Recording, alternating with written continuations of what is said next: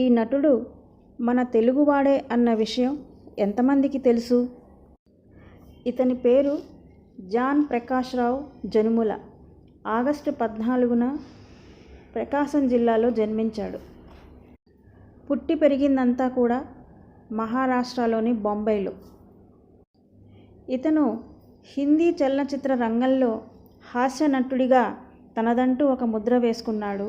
ఎంతో పేరు ప్రఖ్యాతులు గడించాడు. ఇతనిని తెర మీద చూడగానే మనందరికీ ముందుగా అతను చేసిన కామెడీయే గుర్తు వస్తుంది.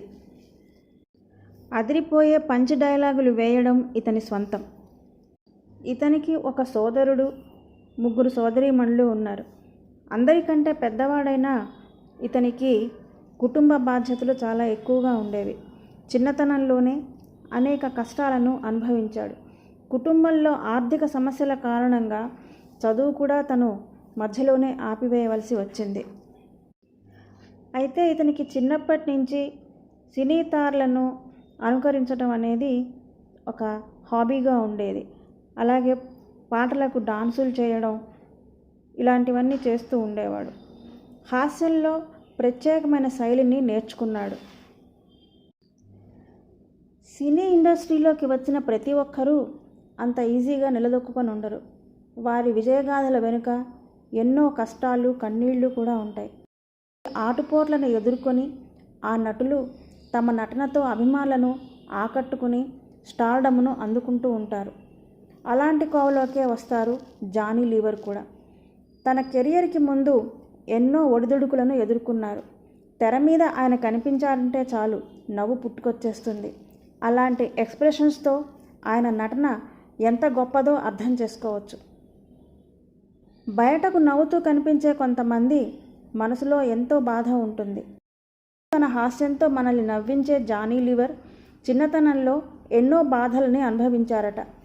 బాలీవుడ్ అత్యుత్తమ హాస్యనటుల జాబితాలో తెరచి చూస్తే ఖచ్చితంగా జానీ లీవర్ పేరు ఉంటుంది.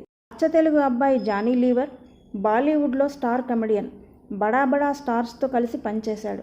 నాటి ధర్మేంద్ర నుంచి నేటి షారుఖ్ ఖాన్, సల్మాన్ ఖాన్ వరకు అనేక మంది సినీ హీరోల సినిమాల్లో నటించాడు.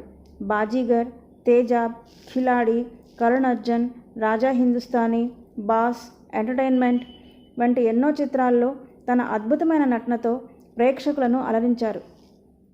అయితే సిల్వర్ స్క్రీన్పై తన నటనతో మనల్ని అందరినీ నవ్వించే జానీ లీవర్ కూడా ఎన్నో కష్టాలను ఎదుర్కొన్నాడు. జానీ లీవర్ భార్య పేరు సుజాత. వీరికి 2 సంతానం. వారి అమ్మాయి ఆ ఒక్కటి అడక్కు అనే తెలుగు చిత్రం ద్వారా అరంగేట్రం చేయడం జరిగింది. జానీ లీవర్ ఎన్నో ప్రతిష్టాత్మకమైన పురస్కారాలను అందుకున్నారు. ఆయన పుట్టినరోజు సందర్భంగా వారికి భగవంతుడు సంపూర్ణ ఆరోగ్యాన్ని ప్రసాదించాలని మనసారా కోరుకుంటూ పాలపర్తి సంధ్యారాణి.